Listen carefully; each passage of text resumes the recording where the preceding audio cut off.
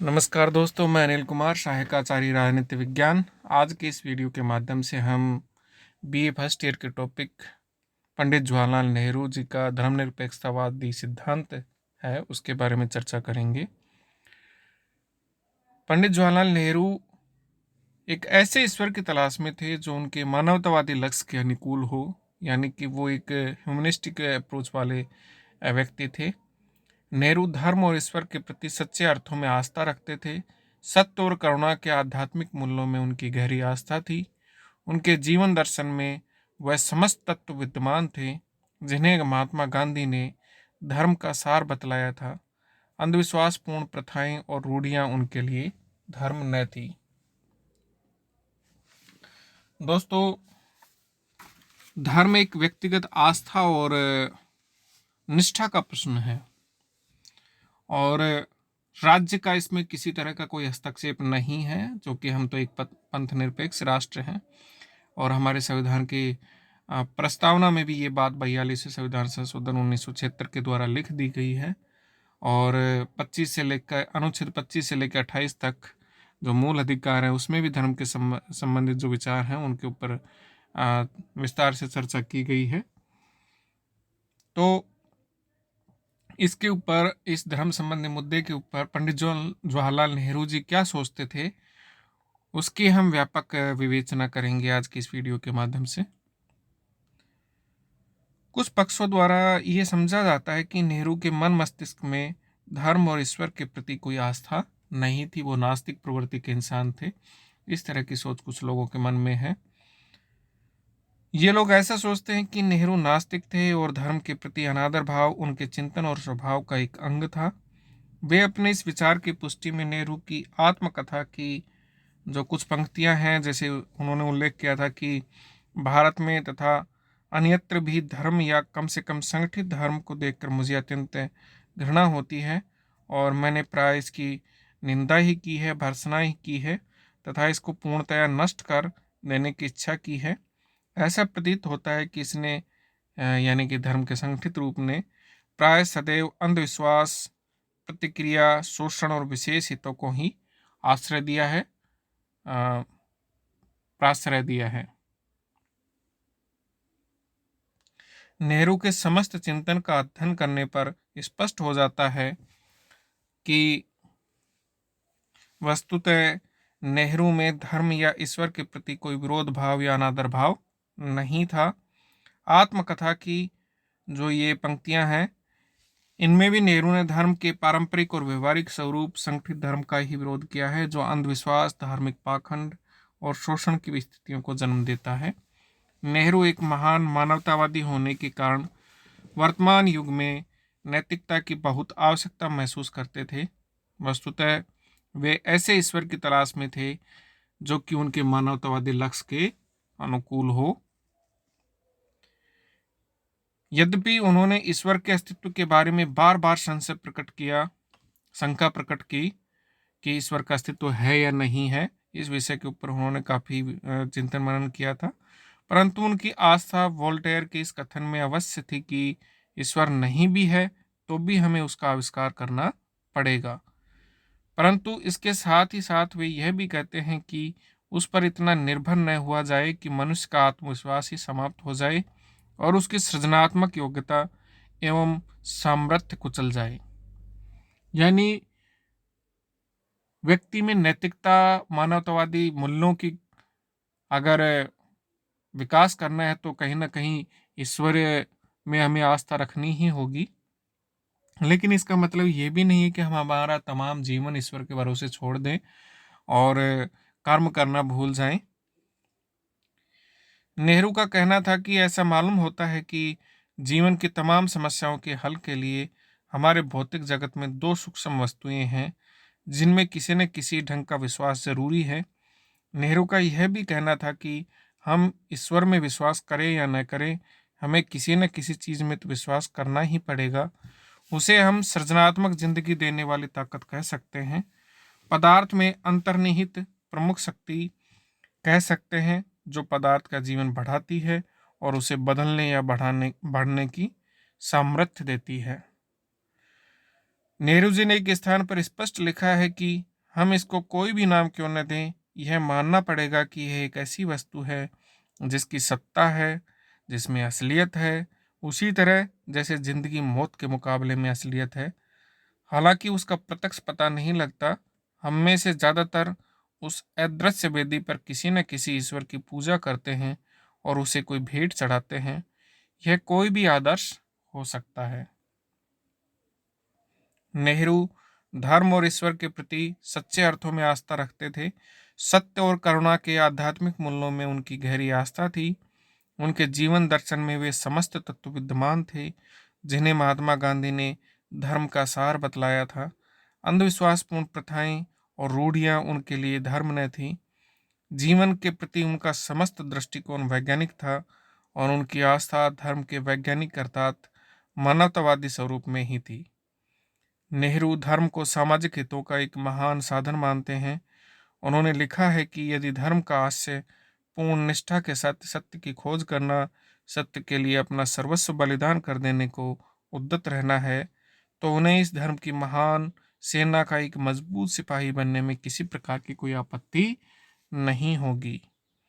नेहरू की कभी भी यह मान्यता नहीं रही कि व्यक्ति अधार्मिक हो जाए या धर्म का मानव जीवन में कोई मूल्य ही नहीं हो। वे तो धर्म को मानव जीवन की एक आधारभूत आवश्यकता की पूर्ति मानते हैं। उनके अनुसार धर्म वह तत्व है जो मनुष्य के हृदय की आंतरिक अभिलाषा को तृप्त करने की शक्ति रखता है। यह महत्वपूर्ण कथन है, आप इसे याद कर लीजिए। 2 नंबर के प्रश्न के अंतर्गत इसको पूछा जा सकता है कि किसने कहा कि धर्म वह तत्व है जो मनुष्य की हृदय की आंतरिक अभिलाषा को तृप्त करने की शक्ति रखता है। यदि धर्म में यह गुण न होता तो वह इस प्रकार की महान शक्ति कभी नहीं बन पाता और असंख्य व्याकुल आत्माओं को शांति एवं सांत्वना नहीं दे पाता। वास्तव में एक जीवन शक्ति के रूप में धर्म के प्रति उनका आकर्षण सदैव ही बना रहा। लेकिन इसके साथ साथ दोस्तों, पंडित जवाहरलाल नेहरू एक धर्मनिरपेक्ष दृष्टिकोण को अपनाने की बात भी करते हैं और किसी एक धर्म विशेष के प्रति अगर हमारी आस्था है तो इसका मतलब ये नहीं है कि हम दूसरे धर्मों की उपेक्षा करें, उनके प्रति तिरस्कार का भाव रखें या अपमान का भाव रखें।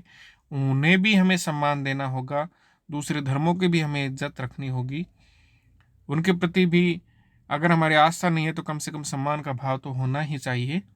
और धर्म निरपेक्षता के संबंध में नेहरू जी कहते हैं कि धर्म निरपेक्षता का अर्थ धर्महीनता नहीं है, इसका अर्थ सभी धर्मों के प्रति समान आदर भाव तथा सभी व्यक्तियों के लिए समान अवसर है।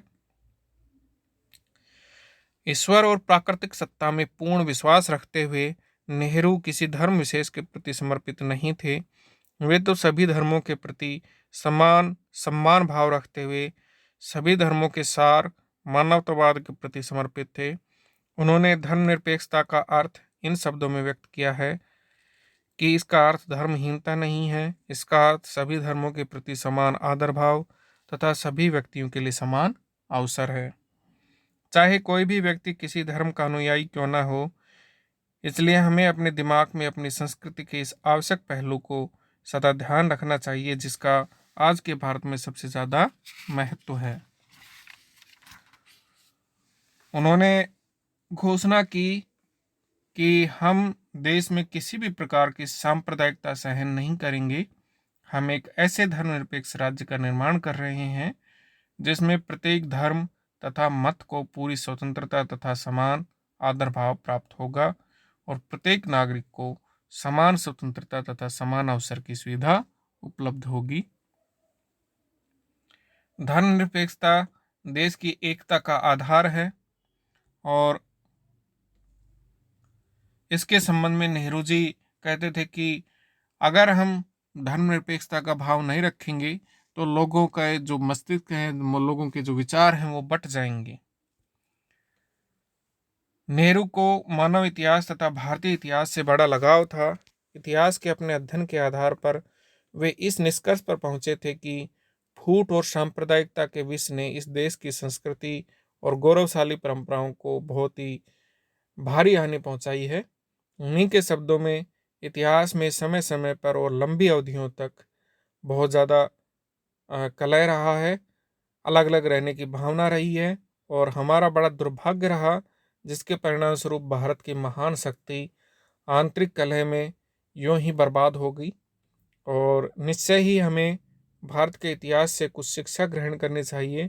हमने मानवीय प्रयासों के प्रत्येक क्षेत्र, विचार, क्रियाशीलता, कला, साहित्य और संगीत में महान पुरुषों को जन्म दिया, फिर भी हम उनकी महानता का लाभ उठाने में नाकाम रहे, असफल रहे, क्योंकि हमारे बीच कलह के कारण अलग अलग चलने की भावना रही। नेहरू का विश्वास था कि एकता के अभाव में हमारी स्वतंत्रता सदैव खतरे में है। एकता की कमी का हास्य देश की बर्बादी है। उनके अनुसार फूट और सांप्रदायिकता की इन शक्तियों को पराजित करने का मार्ग यही हो सकता था कि हम धार्मिक मत मतांतरों से ऊपर उठकर सभी धर्मों के प्रति समान आदर भाव अपना लें। इस प्रकार उनके लिए धर्मनिरपेक्षता देश की एकता का मार्ग और मूल आधार था। इसी दृष्टि से उन्होंने धर्मनिरपेक्षता का मार्ग अपनाया और देश के संविधान द्वारा भारत के लिए धर्मनिरपेक्षता के मार्ग को चुना। नेहरू जानते थे कि देश का राजनीतिक एकीकरण कुछ सीमा तक हो चुका है, यानी कि राजनीतिक रूप से हम एक हो चुके हैं, और जो भी छोटे बड़े जो राजतंत्र थे वो देश में शामिल हो चुके हैं। लेकिन वे इससे आगे बढ़कर समस्त भारतीयों के लिए भावात्मक एकीकरण की स्थिति को प्राप्त करना चाहते थे। मनोवैज्ञानिक रूप से हम सबको एक करना चाहते थे, ताकि सभी भारतीयों के संबंध टूट रहें और एक राष्ट्र के रूप में भारत देश का निर्माण हो सके, सब मिलकर एक हो सके और एक शक्तिशाली राष्ट्रीय इकाई बन जाए। यही नेहरू जी का सपना था, क्योंकि जब राष्ट्र एक हो जाता है तो वो तरक्की करता है, और राष्ट्र यदि विभाजित होता है, विखंडित होता है, तो उसमें इस फूट की वजह से विकास की जो गति है वो भी प्रभावित होती है। वे जानते थे कि भावात्मक एकीकरण के इस लक्ष्य की प्राप्ति विविधताओं को समाप्त करके नहीं, बल्कि इन विलक्षण विविधताओं को बनाए रखते हुए ही की जा सकती है। लेकिन इसके साथ ही उनकी चेतावनी थी कि हम जाति, धर्म, संप्रदाय, भाषा और क्षेत्र की विविधताओं को अधिक महत्व न दें, और हमें इस बात के लिए सदैव सजग रहना चाहिए कि हम छोटी छोटी कलहों में उजरकर अपने आप को खो न दें और राष्ट्र को कमज़ोर न कर दें। क्योंकि व्यक्ति अगर छोटी छोटी संकीर्ण मानसिकताओं से प्रभावित हो जाएगा तो वह राष्ट्र को पतन की ओर ले जाएगा। वह स्वयं का तो पतन करेगा ही करेगा, राष्ट्र का भी पतन करेगा। और किसी भी विकसित राष्ट्र का आप उदाहरण ले लीजिए, तो वो तभी तरक्की करते हैं जब वहाँ के लोग तरक्की करते हैं। और अगर वहाँ पर धर्म के आधार पर, जाति के आधार पर बंटवारा हो लोगों में, तो वो राष्ट्र की जो प्रगति है वो धीमी हो जाती है। नेहरू की धर्मनिरपेक्षता की धारणा बहुत उदार और व्यापक थी। वास्तव में वे न केवल एक धर्मनिरपेक्ष राज्य व बल्कि इससे बहुत आगे बढ़कर एक धर्मनिरपेक्ष समाज की स्थापना करने की इच्छा रखते थे। इसलिए उन्होंने धर्मनिरपेक्षता को धर्मनिरपेक्षीकरण में क्रियान्वित करने का प्रयास किया, और उनकी प्रबल इच्छा थी कि भारत के सभी नागरिक अपने सामाजिक नियमों में विवाह, उत्तराधिकार, दीवानी तथा फौजदारी न्याय तथा अन्य सभी बातों में अपने धार्मिक विश्वासों से ऊपर उठकर काम करें, और भारत के सभी नागरिकों के लिए जीवन के सभी क्षेत्रों के प्रसंग में एक ही प्रकार के नियम और कानून हो। इसी उद्देश्य से उन्होंने सबसे पहले हिंदू कानून के संहिताकरण के लिए कदम उठाया। लेकिन यह तथ्य है कि देश के अल्पसंख्यक समुदायों के संबंध में वे इस प्रकार के कदम नहीं उठा सके। धर्मनिरपेक्षता के संबंध में नेहरू के विचारों का सार। पंडित नेहरू के धर्मनिरपेक्ष दृष्टिकोण के विविध जो पक्ष हैं उनको सार रूप में अगर हम देखें तो यह है कि दोस्तों की धर्मनिरपेक्षता वैज्ञानिक और आधुनिकतावादी धारणा है। धर्मनिरपेक्षता समस्त विश्व के लिए उचित मार्ग है, तथा भारत के लिए तो धर्मनिरपेक्षता का कोई विकल्प हो ही नहीं सकता है। भारत जैसे विविधतापूर्ण देश की एकता को बनाए रखने का मार्ग धर्मनिरपेक्षता ही हो सकता है। नंबर 2 बात है कि राज्य को धर्म के आधार पर अपने नागरिकों में किसी प्रकार का भेदभाव नहीं करना चाहिए। नंबर 3 बात है व्यक्ति को अपने अंतःकरण और विश्वास की स्वतंत्रता का पालन करते हुए अन्य धार्मिक विश्वासों के प्रति सहिष्णुता और सौहार्द का भाव रखना चाहिए। और राज्य केवल सामाजिक हित, समाज सुधार, शिष्टाचार, स्वास्थ्य और सार्वजनिक व्यवस्था के उद्देश्य से ही व्यक्ति के धार्मिक जीवन और कार्यों में हस्तक्षेप कर सकता है। राज्य को व्यक्ति के धार्मिक जीवन में मनमाना हस्तक्षेप करने का कोई अधिकार नहीं है। तो दोस्तों, आज की इस वीडियो के माध्यम से हमने नेहरू जी के धर्मनिरपेक्षता संबंधी विचारों का अध्ययन किया। आगामी वीडियो में हम नेहरू जी के अन्य विचारों का अध्ययन करेंगे। धन्यवाद।